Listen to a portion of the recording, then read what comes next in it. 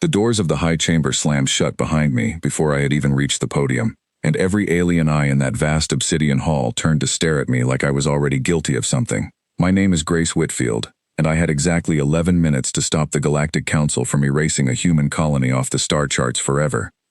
The Velk delegation sat across the chamber in a curved row of silver chairs, their long gray faces unreadable, their translator devices humming softly. Their leader, a counselor named Threz Van, did not even look up from his data screen when I walked in. He had already decided how this would end. He always did. 41 people were dead. A mining fleet under his command had ripped apart an asteroid field near the edge of Tau Ceti Reach, a field that was supposed to protect our colony from stray debris. The colonists never had a chance. Their homes were shredded before their alarms even finished sounding. The Velk called it a mistake. They offered money, 2 million credits, paid quietly, case closed, no one held responsible. That was how the galaxy worked. Every species before us had taken the credits and walked away. The Velk expected humanity to do the same. I was not going to let that happen. Advocate Whitfield, Threz Van said, his voice flat through the translator. The offer on the table is generous. I suggest you accept it before the council loses patience. There is no offer, I said. There is a crime, and there are people responsible for it. A murmur rolled through the chamber, dozens of species shifting in their seats, some amused, some annoyed. None of them had ever heard a human refuse credits before. Refusing credits was not how the game was played. You misunderstand your position, Threz Van said. Humanity is a new member of this council. You do not yet have the standing to demand a trial against a species as old as the Velk Assembly. Article 9 of the Compact says otherwise, I said, and I felt the entire room go still. Every member species agreed that a colony may invoke its own justice system when its citizens are harmed, as long as due process is followed. Humanity is invoking that right today. Threz Van finally looked at me. For the first time, I saw something behind his calm gray eyes. Not fear exactly. Something closer to disbelief. You intend to try a sovereign trade assembly under human law, he said slowly, as if testing whether the words made any sense. I intend to make sure 41 people are not forgotten, because a company found it cheaper to pay a fine than to follow the rules. The chamber erupted into noise. Council guards moved closer to the podium, their armor plates catching the light. I did not step back. I could feel my own heartbeat in my throat, but I kept my hands steady on the edge of the podium and my voice level. A tall council mediator named Doran Vesk rose from the center seat and raised a hand for silence. He was neither human nor Velk, a species with pale blue skin and calm, careful movements, and he was the only reason I had made it this far without being escorted out of the building. The advocate has cited Article 9 correctly, Doran Vesk said. The council cannot deny a lawful request, however uncomfortable it may be. Threz Van's jaw tightened. For a species that rarely showed emotion, that single motion told me everything. He had never expected anyone to actually read the fine print of the treaty his own people had signed. Very well, he said. If the humans wish to waste this chamber's time with a trial, they may have their trial. But do not expect sympathy when the truth comes out. Your colony's outdated safety equipment is just as much to blame as anything my fleet did. It was a threat disguised as an argument, and I understood exactly what he meant. If this went to trial, the Velk legal team would try to drag my people through the mud, blaming the victims to protect the guilty. I had expected nothing less. Then let the truth come out, I said, all of it. The trial began 3 days later, broadcast to every system connected to the council network. Billions of eyes across the galaxy watched as the evidence unfolded, one piece at a time, and none of it was in the Velk's favor. Flight logs showed the mining fleet had switched off its tracking beacons before entering the restricted zone. Internal messages, translated and read aloud in the chamber, revealed that safety officers had warned executives about the risk weeks before the disaster, and had been ignored, because slowing down the operation would cost profit.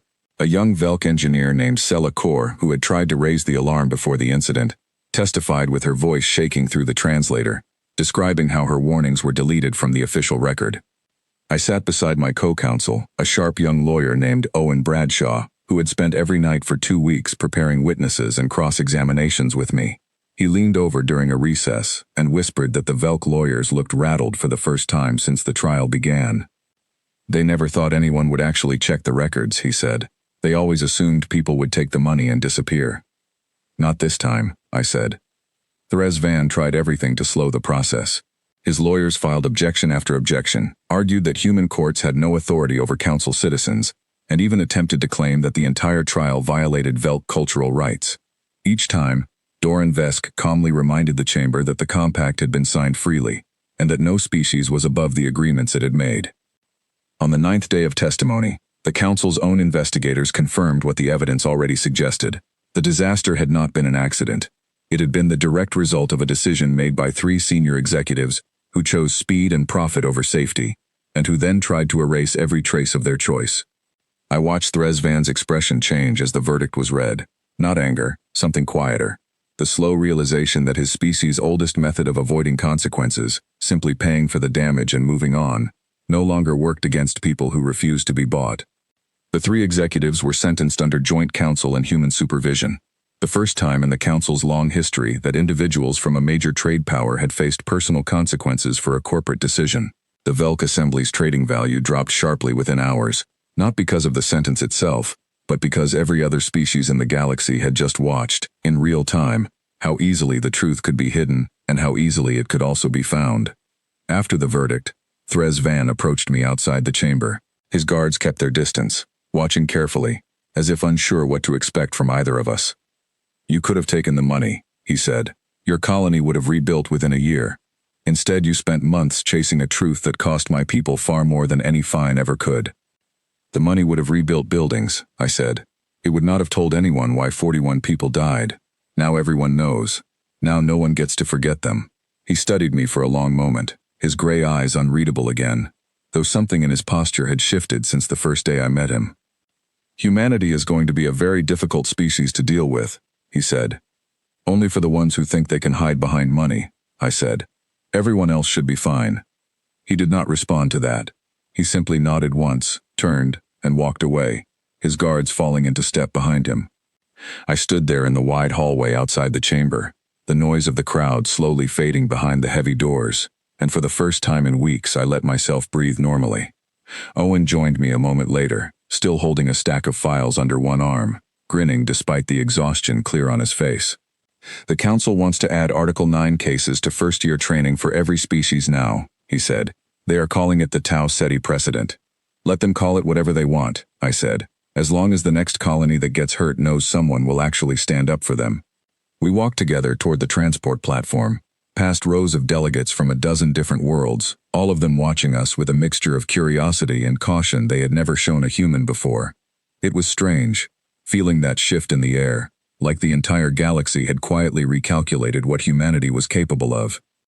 Back on the transport, as the platform lifted away from the council building and the city lights spread out beneath us in glowing rings, I thought about Sella Kor, the young engineer who had risked everything to tell the truth even though it meant testifying against her own people.